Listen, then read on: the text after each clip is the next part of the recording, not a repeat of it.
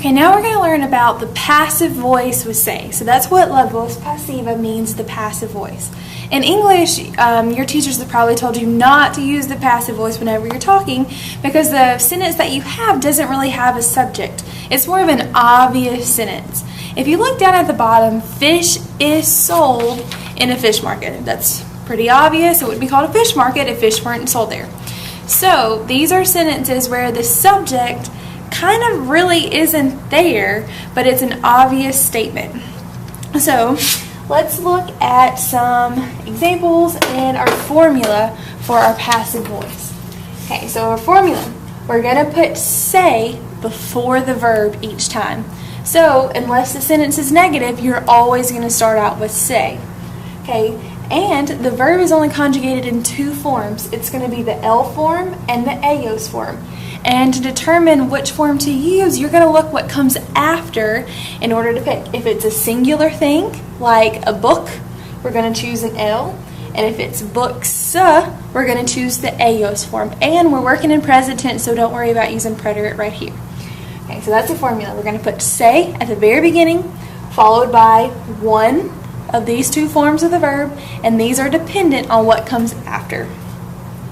So let's look at these examples.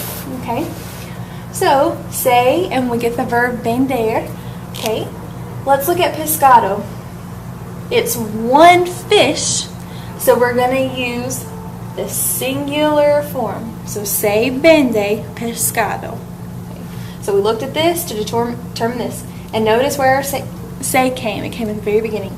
Same thing right here. We have our same verb, but this time we have papas.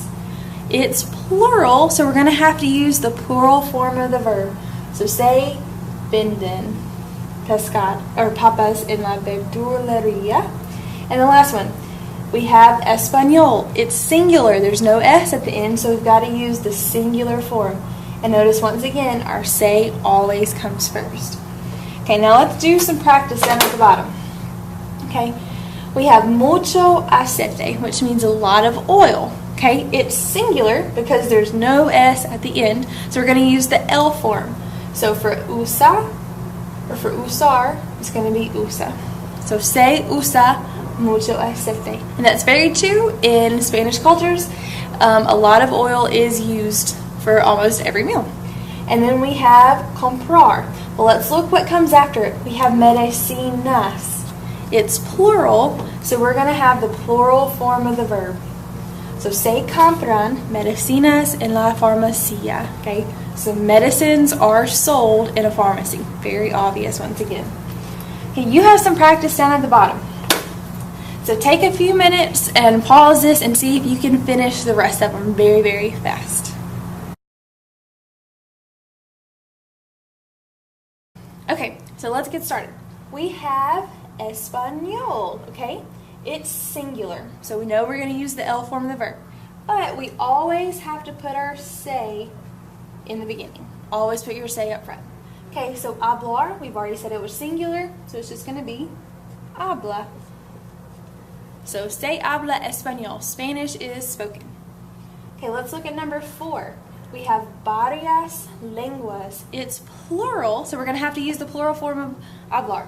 So once again, we're always going to put say in front. And then we're going to take off the AR and put A in. So se hablan varias lenguas. So many languages are spoken. Keep moving on. We have comida. Okay, so it is singular, so we're going to use the singular form of our verb servir. Remember, servir is stem changing, and we're in the present, and it's in the shoe, so we've got to stem change it. So it's going to be say, and then S-I-R-V-E. So se sirve comida. So food is served. Then down here we have mucho país. It's singular, so we're going to use a singular form of our verb comer. So it's going to be se, like always, and then come. So se come mucho maíz. So a lot of corn is eaten. And our very last example, we have frijoles and comer. We're going to put our se in the front, like we're always going to do. We have frijoles. It's plural, so we're going to use the they form of comer. So se comen. Se comen frijoles, beans are eaten. Perfect. I told you that was going to be really, really simple. Hope y'all enjoyed it.